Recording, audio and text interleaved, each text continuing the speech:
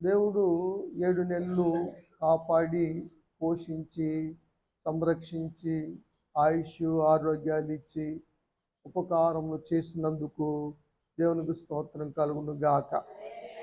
8వ నెలలో ప్రవేశపెట్టినందుకై కూడా దేవునికి మహిమ కలుగును గాక. ఈరోజు మరి ప్రేమ జీవితములో దేవుడు కలుగు చేసినటువంటి జయమును బట్టి వారు కృతజ్ఞత తెలియచేస్తూ ఉన్నారు. కాబట్టి జయమిచ్చు దేవుడు అనే అంశాన్ని ఈరోజు మనం ధ్యానం చేయబోతా ఉన్నాం. కొరింథీ మొదటి పత్రిక 15వ అధ్యాయము 57వ వచనంలో లాస్ట్ చదువుదాం. మన ప్రభువు అయిన యేసు క్రీస్తు మూలముగా మనకు జయము అనుగ్రహించుతున్న దేవునికి స్తోత్రము కలుగును గాక. మనకి జయాలు దేవుని వల్ల కలుగుతూ ఉన్నాయి అన్న విషయాన్ని ఇక్కడ పౌలు గారు కొరింథీ సంఘానికి రాస్తా ఉన్నారు. దేవుడు కలుగు చేయటానికి కారణం ఏమిటంటే యేసు ప్రభువారి మూలంగా అన్నాడు.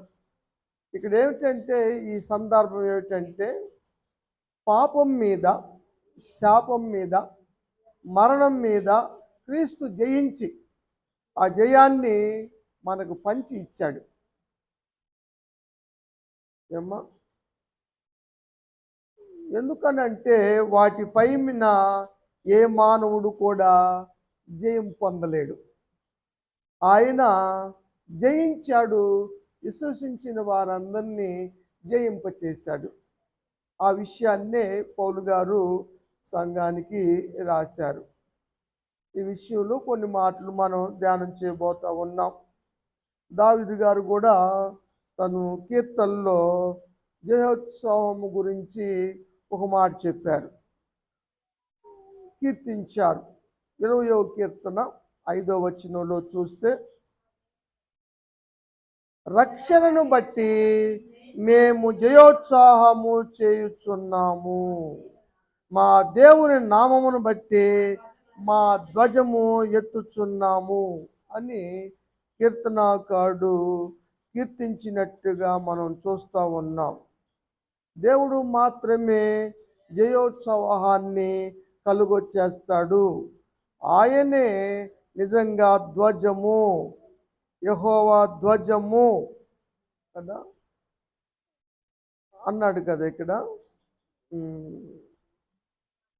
మా దేవుని నామమును బట్టి మా ధ్వజము ఎత్తుచున్నాము అన్నాడు.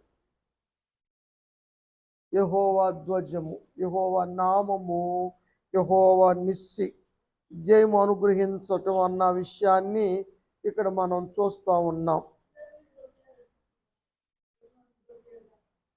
ధ్వజం అంటే జెండా లాంటిది.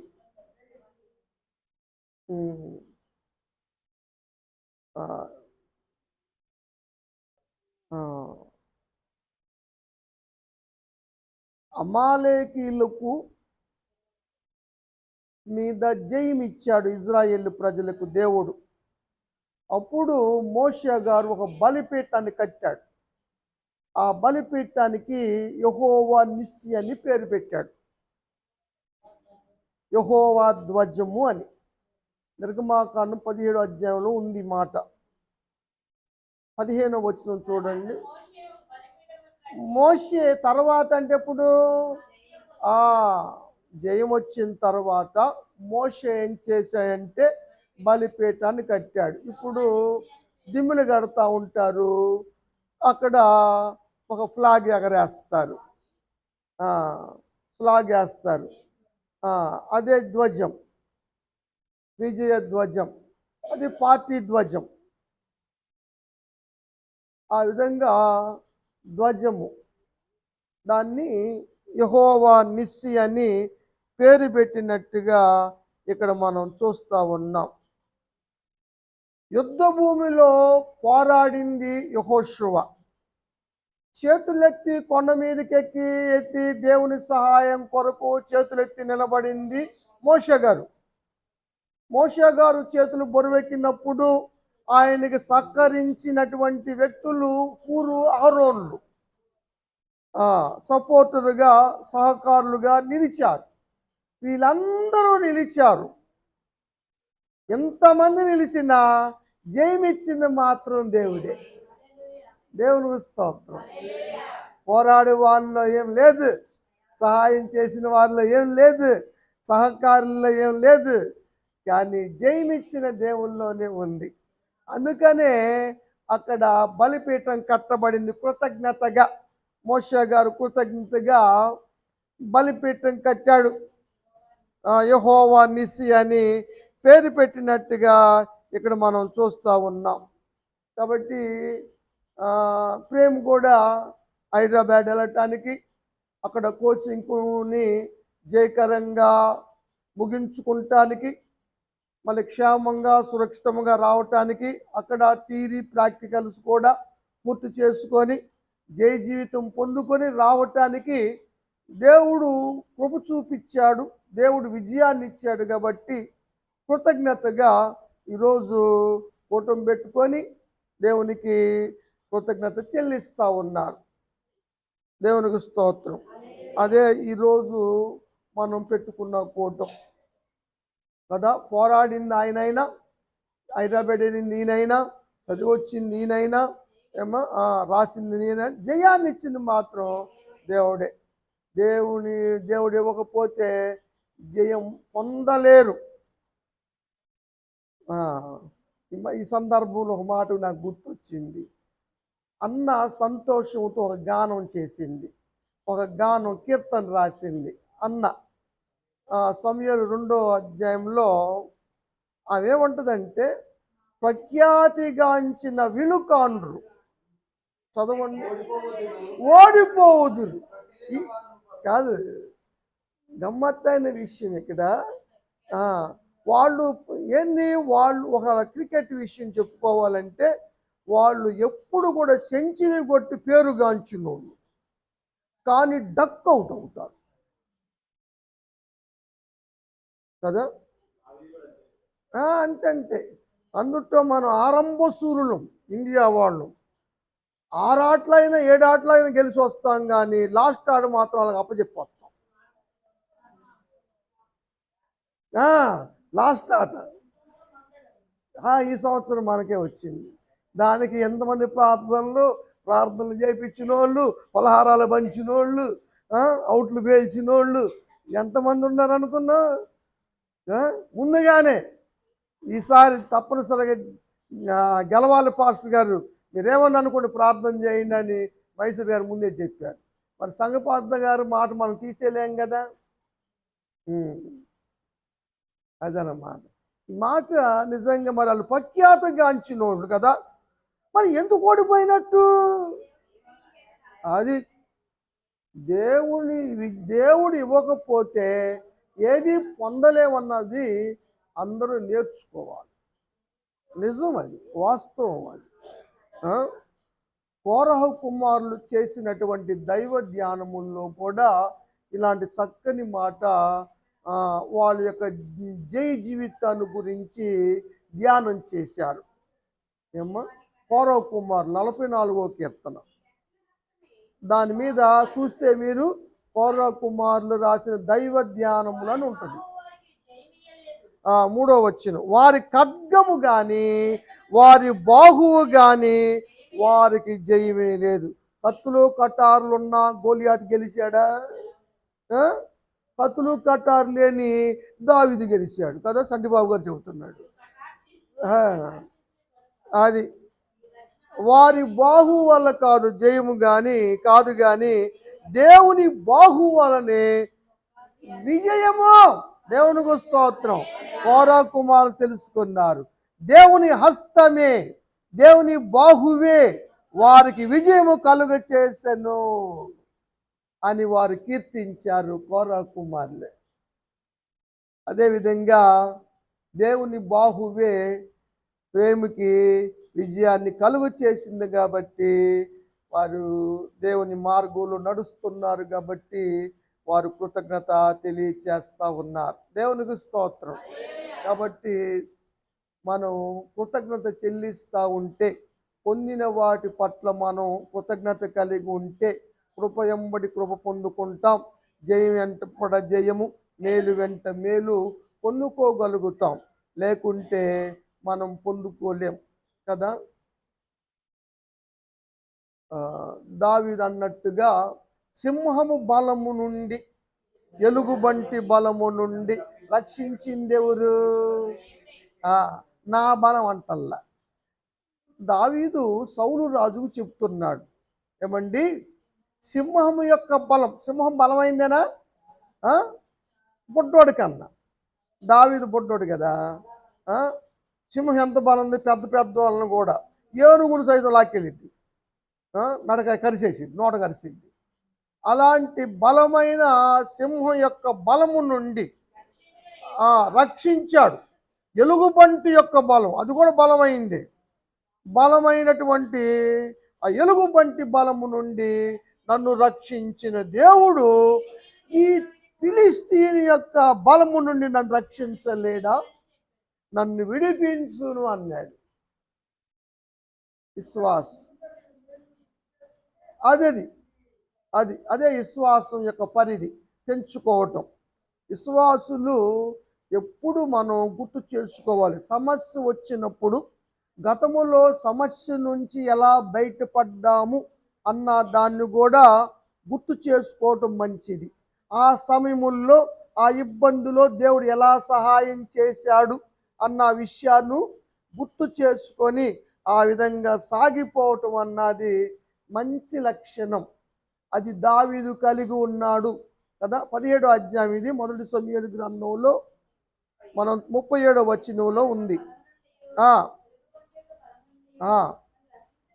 నన్ను రక్షించిన యెహోవా ఈ ఫిలిస్తీని చేతులు, ఈ సున్నత లేనివాడు నన్ను విడిపించును అన్నాడు కదా. వాడి ఇంకో విధంగా చెప్పుకోవాలంటే వాడి బలం నుంచి కూడా నన్ను విడిపిస్తాడు అని. వాడు ఎంత బలం! ఎందుకంటే సౌలు అన్నాడు, అరే నువ్వు చిన్నోడివి, నువ్వు బుడ్డోడివి, వాడు బాల్యం నుంచే యుద్ధంలో ఆరితేరినోడురా అన్నాడు. అందుకని ఈ పదాన్ని వాడాడు దావీదు. తక్కువడేం కాదు, చాలా గొప్పగా మరి రాజుగారితో మాట్లాడటం మాటలు కాదు కదండి. ఆ విధంగా మాట్లాడాడు. దావీదు ఎక్కడికి వెళ్ళినా కూడా విజయం పొందాడు. ఎక్కడికి వెళ్ళినా విజయమే. నిజంగా సిరియన్ల మీదకి ఒక సందర్భంలో దావీదు వెళ్ళినప్పుడు దావీదు మీదకి 22,000 మంది వచ్చారు. దావీదుని చుట్టుముట్టారు. దావీదు 22,000 మందిని చంపేశాడు సిరియన్ని. ఏ విధంగా చంపగలిగాడు? ఏ విధంగా అన్ని రాజ్యాల మీద జయం పొందుకున్నాడు? అందరు రాజులు కూడా దావీదుకు సలాము చేసి పన్నులు ఎందుకు చెల్లించారు అన్న విషయాన్ని అక్కడ రాస్తాడు. దినవృత్తాంతముల గ్రంథంలో 18వ అధ్యాయం, మొదటి దినవృత్తాంతముల గ్రంథం 5వ వచనం చదువుదాం.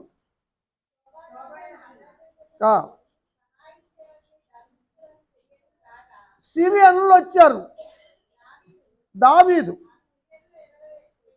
22,000 మందిని హతం చేశాడు.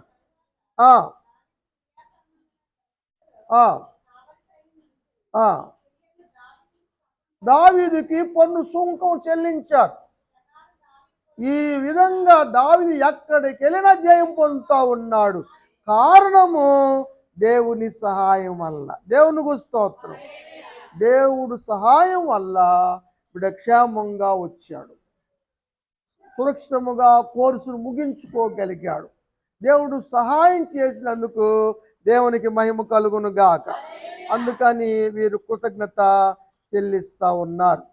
ఇంకా మంచి భవిష్యత్తు కూడా దేవుడు ఇవ్వాలని నేను తెలియజేస్తూ ఉన్నాను, కోరుకుంటా ఉన్నాను, ప్రార్థన చేయబోతా ఉన్నాం. దేవుడు మంచి భవిష్యత్తు ఇస్తాడు. కృతజ్ఞత లేని, గణపరచని బెల్షస్సరు జీవితము తీర్పుకు లోనై జీవితం ముగించబడిన సత్యం మనకు తెలుసు. అందుకని మనము పొందుకున్న వాటి పట్ల దేవుణ్ణి గణపరచాలి. ఎందుకంటే అన్నీ ఆయన స్వాధీనంలోనే ఉన్నాయి కదా. దానియేలు చెప్పాడు కదా, నీ ప్రాణము నీ సకల మార్గములు ఏ దేవుని వశువులో ఉన్నవో ఆయన నువ్వు గణపరచలేదు కాబట్టి తీర్పు వచ్చేసింది ఆయన దగ్గర నుంచి అన్నాడు కదా. వచ్చేసింది తీర్పు, మెనే ట్యాకిల్ ఉపార్స్ వచ్చేసింది అంతే. కాబట్టి తీర్పు గురి కాకూడదంటే ప్రియులరా, పొందిన మేలుకి వెంటనే దేవుని గణపరచటం నేర్చుకోండి. అది గణపరచటం ముఖ్యం కదా. అందరికీ భోజనాలు చేయాలనేం కాదు, కానీ మన చేతుల్లో ఉన్నంత వరకే, మనకు చేతైనంత వరకే దేవుని కృతజ్ఞత చెల్లించడం ముఖ్యం.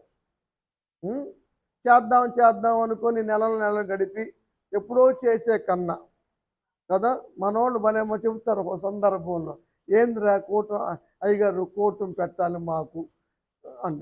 ఏందిరా ఖాళీ లేదు కదమ్మా, చూస్తున్నారు కదా 2024 మొత్తం అయిపోయింది, ఖాళీ లేవురా, ఏం చేద్దామంటే కృతజ్ఞత చెల్లించాలి పాస్టర్ గారు అంటారు. ఎట్లా తర్వాత చెల్లిద్దు కదా, అమ్మో దానికి దాందే ఎప్పటికప్పుడే అని వాళ్ళు నాకు చెబుతున్నారు, నేను చెప్పటం కాదు. పెండింగ్ వద్దు, మనం పెండింగ్ పెడితే మన పనులు కూడా పెండింగ్ అవుతాయి అన్నది సత్యం తెలుసుకున్నారు బిడ్డలు. వెరీ గుడ్, మంచిది, స్తోత్రం. కాబట్టి నిజంగా దేవుడు గొప్ప విజయాన్ని ఇస్తాడు. మొర్దెకై జీవితంలో కూడా మనం చూస్తాం దేవుని పట్ల ఎంత కృతజ్ఞతగా నిలిచింది, ఎంత భక్తిగా నిలిచింది. ప్రధానమంత్రిని సైతం ఎదిరించింది కదా. ఆమాను వర్సెస్ మొర్దెకై టైటిల్ బాగుందా. ఈయన గేట్ కీపర్, ఆయన ప్రధానమంత్రి, ఇద్దరి మధ్య యుద్ధము మామూలు విషయం కాదు నిజంగా. అయితే ప్రధానమంత్రి గారి దగ్గర మంచి జ్ఞానులు ఉన్నారు, సలహా చెప్పే జ్ఞానులు, ముఖ్య స్నేహితులు ఉన్నారు. భార్య అయిన జేరేషు కూడా, వీళ్ళు ముగ్గురు కూడా చెప్పిన మాట ఏమిటంటే, జ్ఞానులైన వారు, స్నేహితులైన వారు, భార్య అయిన జేరేషు చెప్పిన మాట ఏమిటంటే, నీకు అధికార నష్టం కలుగుతుందన్నావే, ఆ మొర్దెకై కానీ యూదుల వంశం వాడైతే, అంటే ఏంటంటే దేవుణ్ణి నమ్ముకున్న వాడైతే, మన భాషలో చెప్పుకుందాం, అతను దేవుని బిడ్డ అయితే వాడిని జయించటం ఎవడు వల్ల కాదు. దేవునికి స్తోత్రం. ఎందుకంటే దేవుని బిడ్డల మీద ఎవరు జయించలేరు, ఎందుకంటే వారి పక్షంగా దేవుడు ఉంటాడు. ఎస్తేరు గ్రంథంలో చూడని చెప్పిన మాటలు 6వ అధ్యాయం 13వ వచనం. భార్యకు చెప్పాడు, వచ్చి భార్యకు చెప్పాడు కదా. ప్రధానమంత్రులైనా సరే భార్యలు చెప్పుకుంటారు కావాలి కదా కదా, ఎవరైనా సరే ఎంతటోళ్ళైనా సరే భార్య మంత్రి కదా అంటారు కదా, చైనేషు దాసి ఏమో కదా అంటారు కదా. సలహా చెప్పేటప్పుడు మంత్రిగాను, కార్యేషు దాసి, కరుణేషు మంత్రి, అంటే సలహా చెప్పేటప్పుడు మంత్రిగా సలహా చెప్పాలి. మన పెద్దలు తక్కువలు కాదమ్మాయి, ఎంత అనుభవశాలలో పండిపోయారు. చదువమ్మ.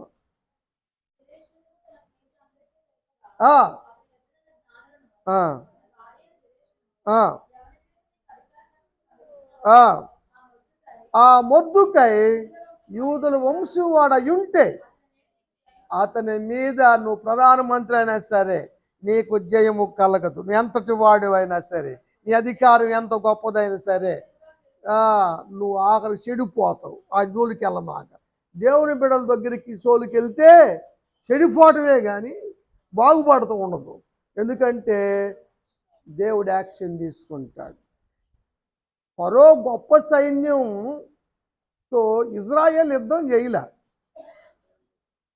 కానీ ఫరో సైన్యం ఓడిపోయింది కదా.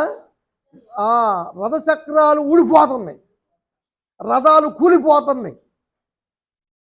వాళ్ళకి అర్థం కావట్లా, కన్ఫ్యూజ్ అయిపోతున్నారు. ఆఖరికి అర్థమైంది వాళ్ళకి సీను. వాళ్ళ దేవుడు వారి పక్షం యుద్ధం చేస్తున్నాడు, రోయ్ పారిపోదామని పండురోయ్ అనుకున్నారు. ఈలోపు నీళ్లు, సముద్రపు నీళ్లు మహావేగంతో పొర్లి ముంచేసింది అంతే కదా. వీళ్ళందరికీ చేరారు, క్షేమంగా వాగ్దాన భూమికి చేరారు చివరికి. కానీ వీళ్ళు సముద్రం పాలయ్యారు. యుద్ధము చేయలా, కానీ దేవుడు చేశాడు.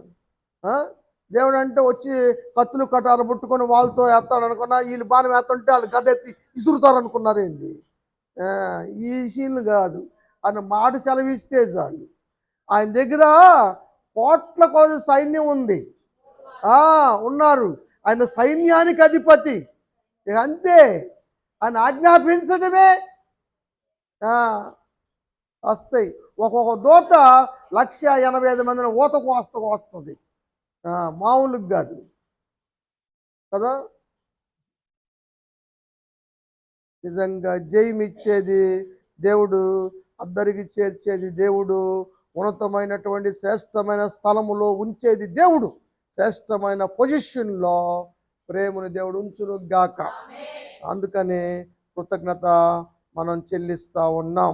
అక్కడికి మొర్దెకై గారు దేశానికి ప్రధానమంత్రి కాగలిగాడు దేవుని వల్ల కదా.